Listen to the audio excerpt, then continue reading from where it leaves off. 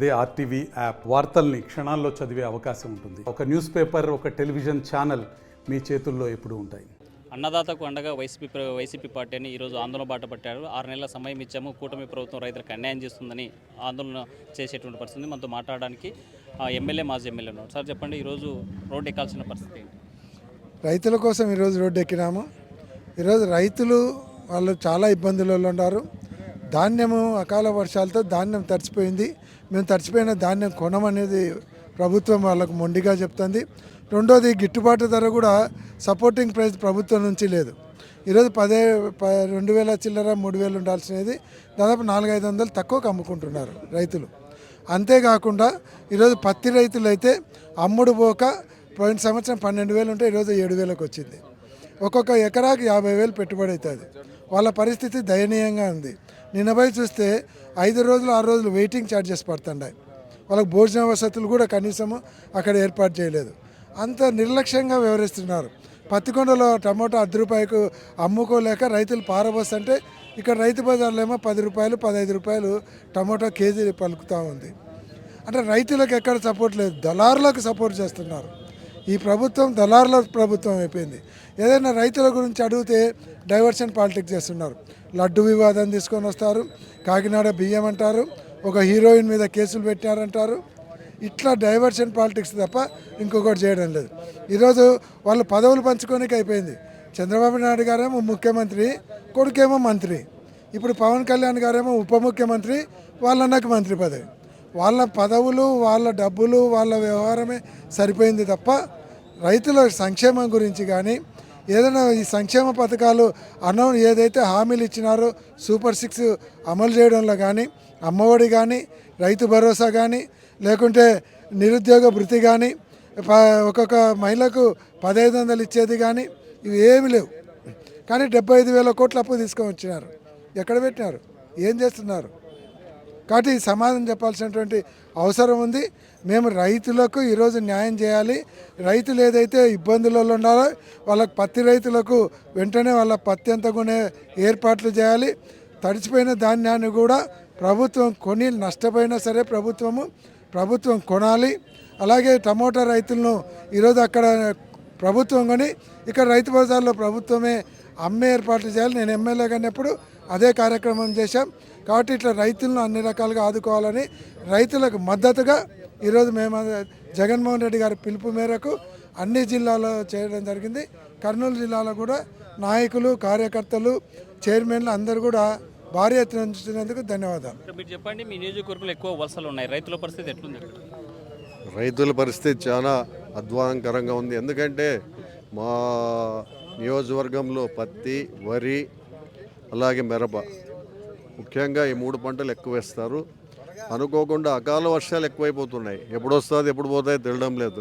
అప్పుడు వర్షాకాలంలో వర్షాలు వచ్చేవి, చలికాలం చలి ఉండేది, ఎండాకాలం ఎండు. కానీ ఇప్పుడు పరిస్థితి లేదు. చంద్రబాబు నాయుడు వచ్చినప్పుడు ఎప్పుడు పడితే అప్పుడు వర్షాలు వస్తాయి, ఎప్పుడు కావాలంటే అప్పుడు వాపసు పోతాయి.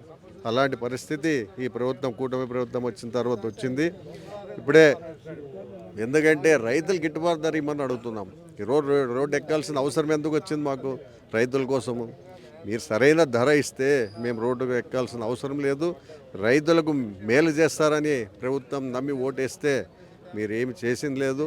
పంట బీమా కూడా మా జగన్మోహన్ రెడ్డి ఉన్నప్పుడు ఆఫీసర్లే ప్రతి రైతు ఇంటికి పోయి ఇన్సూరెన్స్ వాళ్ళు గవర్నమెంట్ తరఫునే కట్టించి రైతులకు ఇన్సూరెన్స్ ఇచ్చే పరిస్థితి అప్పట్లో ఉండేది. ఇప్పుడు మీరే కట్టుకోవాల్సిన ఉందని చెప్పడంతో రైతులు కూడా చాలా బాధాకరంగా ఉన్నారు. చెప్తున్నా, కూటమి ప్రభుత్వం వీళ్ళు పదవులు పంచుకోవడం కాదు, రైతుల గురించి ఆలోచించండి. ఒకరు రెడ్ బుక్ అంటారు, ఒకరు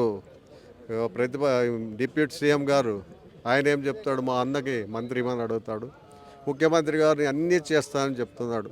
సూపర్ 6 అన్నాడు. ఏం చేస్తున్నారు సూపర్ 6? దాంట్లో మళ్ళీ పెన్షన్లు కూడా తీసేయాలని ఆలోచన చేస్తున్నారు. అంటే వీళ్ళు తగ్గించి మళ్ళీ వాళ్ళకి ఇచ్చుకోవాల్సిన పరిస్థితి ఏర్పడింది. కానీ నిజమైన వికలాంగులైతేమి, అలాగే వితంతులు పెన్షన్లు అయితే ప్రతి ఒక్కటి న్యాయంగా ఇప్పుడు ఇచ్చినాము. అది అలాగే పెట్టి మీరు ఇంకా ఎక్కువ చేయాలి.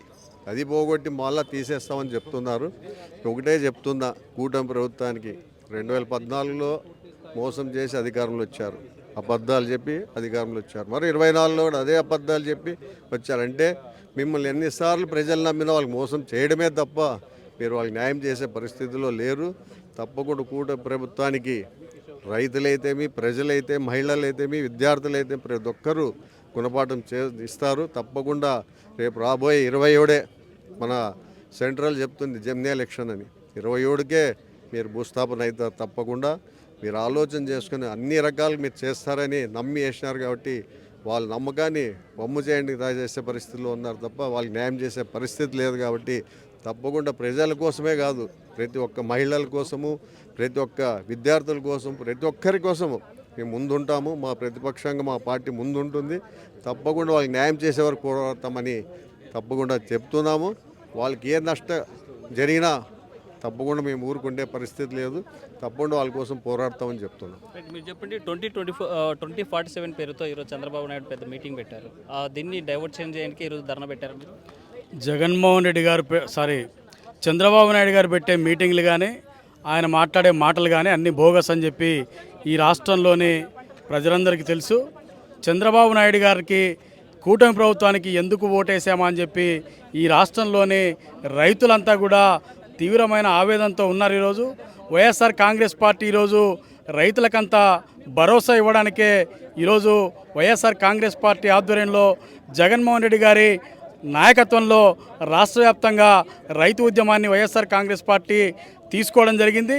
ఈరోజు రైతులకు వైఎస్ఆర్ కాంగ్రెస్ పార్టీ భరోసాను ఇస్తున్నాం. మేము రైతులకు గత ఎన్నికల్లో కూటమి ప్రభుత్వం ఇచ్చిన ప్రతి హామీని నెరవేర్చేదాకా రైతుల వెంట ఉండి వైఎస్ఆర్ కాంగ్రెస్ పార్టీ ఆధ్వర్యంలో ప్రతి నాయకుడు, కార్యకర్త పోరాడతామని చెప్పి వైఎస్ఆర్ కాంగ్రెస్ పార్టీ కూటమి గుండెల్లో నిద్రపోతామని చెప్పి హెచ్చరిక చేస్తున్నాం. సార్, పశ్చిమ ప్రాంత రైతాంగం పరిస్థితి ఎలా ఉందంటారు?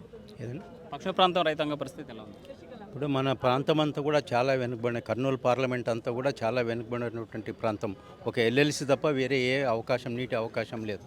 కాబట్టి రైతులకు ఏదైతే ఇచ్చినటువంటి మాట నిలబెట్టుకోలేదు కాబట్టి 6 నెలల వరకు చూసినాం, రైతులందరూ కూడా చూసినారు. ఇప్పుడు 6 నెలల లోపల వాళ్ళు ఏది రైతుల గురించి పట్టించుకోలేదు కాబట్టి ఈ యొక్క వైఎస్ఆర్సీపీ పార్టీ జగన్మోహన్ రెడ్డి మాజీ ముఖ్యమంత్రి ఆధ్వర్యంలో ఈనాడు ఈ కార్యక్రమం నిర్వహించడం జరిగింది. ముఖ్యంగా రైతుల గురించి మీకు తెలుసు, జగనన్న ముఖ్యమంత్రి ఉన్నప్పుడు 13,500 రూపాయలు ఇవ్వడం జరిగింది. అదే మాదిరిగా ఇన్సూరెన్స్ ప్రభుత్వమే భరించి ప్రతి రైతు ఏదైనా పంట నష్ట పరిహారము ఇవ్వడం జరిగింది.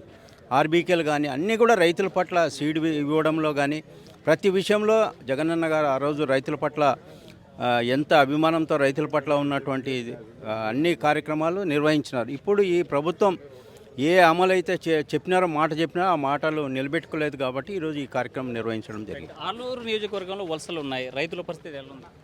చాలా ఘోరంగా ఉందండి. ఎందుకంటే ఆలూరు నియోజకవర్గంలో మా ఆలూరు నియోజకవర్గము వర్షాధారిత ప్రాంతాలు కాబట్టి కర్నూలు జిల్లా మొత్తానికి వర్షం వస్తేనే పంట కాబట్టి ఆ పంటలు పండిన పంట కూడా మంచి ధర లేకున్నట్లు తిరుగుతున్నారు. ఈ 2 ఏళ్ల ముందే ప్రభుత్వం 2 ఏళ్ల ముందే సూపర్ 6 అని ప్రకటించి ప్రతి ఒక్క నియోజకవర్గంలో బ్యానర్లు వేసుకున్నారు, ప్రతి ఒక్కరు, టీడీపీ వాళ్ళు కానీ అందరూ. ఇప్పుడు 2 ఏళ్ళు అయిన తర్వాత కూటమి ప్రభుత్వం వచ్చిన తర్వాత అసెంబ్లీలో కాలు పెడితే ఈ సూపర్ 6 చూస్తే నాకు భయం అవుతుంది అని లోకేష్ గారు అనడం జరిగింది. కాబట్టి ఈ కూటమి ప్రభుత్వం ఇప్పుడు అప్పటికే ఫెయిల్ అయింది. ఇప్పుడు జరుగుతున్నటువంటి రైతుల ధర్నా మేము ఈరోజు చేశాం కదా, ఎస్వి మోహన్ రెడ్డి అన్నయ్య గారి ఆధ్వర్యంలో ఈరోజు ప్రతి ఒక్క నియోజకవర్గం నుంచి ప్రతి ఒక్క ఎమ్మెల్యేలు, ఎక్స్ఎమ్మెల్యేలు, ఎంపీలు ప్రతి ఒక్కరు అటెండ్ కావడం జరిగింది. ప్రతి నియోజకవర్గంలో మా కార్యకర్తలు తీసుకుంటే వైఎస్ఆర్ కార్యకర్తలు తల ఎత్తుకొని తిరుగుతున్నారు. ఎందుకంటే జగనన్న ఇచ్చిన మాట తప్పుకోకున్నట్ల మేనిఫెస్టోలో ఏమైతే ప్రకటించాడో అవి ప్రతి ఒక్కటి చేసి చూపించాడు జనానికి. ఈ ప్రజలకు కూడా తెలిసిపోతుంది ఏది మంచి ప్రభుత్వము, ఏది ముంచే ప్రభుత్వం అని. ఇప్పుడు అప్పటికే అమ్మఒడి వచ్చేది, జగనన్న ప్రభుత్వం అమ్మఒడి వచ్చేది, రైతు భరోసా వచ్చేది, ఒంటరి మహిళ కింద వచ్చేది, ఇలా చెప్పుకుంటూ పోతే జగనన్న పథకాలు ఏవైతే మేనిఫెస్టోలో ఇచ్చారో అదే మేనిఫెస్టోలో ప్రతి ఒక్కటి చెప్పినట్టుగా చేసినటువంటి ప్రభుత్వం వైఎస్ఆర్ ప్రభుత్వము. కాబట్టి ఈ జనానికి తెలిసిపోతుంది ఏది మంచి ప్రభుత్వము, ఏది ముంచే ప్రభుత్వం అని. మొత్తాన్ని చూసుకుంటే రైతులకు అండగా ఉంటాం. రాబోయేటువంటి కాలంలో రైతుల పక్షమే కాదు ప్రజల పక్షం ఉండి ముందుండి పోరాడతామంటున్నారు వైసీపీ నాయకులు. వీడియో జల్లి చంద్రశేఖర్తో హుస్సేన్, RTV, కర్నూలు. మరిన్ని వీడియోస్ కోసం ఛానల్ ని సబ్స్క్రైబ్ చేయండి, లేటెస్ట్ అప్డేట్స్ కోసం వాట్సాప్ ఛానల్ ని ఫాలో చేయండి అండ్ లింక్ డిస్క్రిప్షన్ లో ఉంది.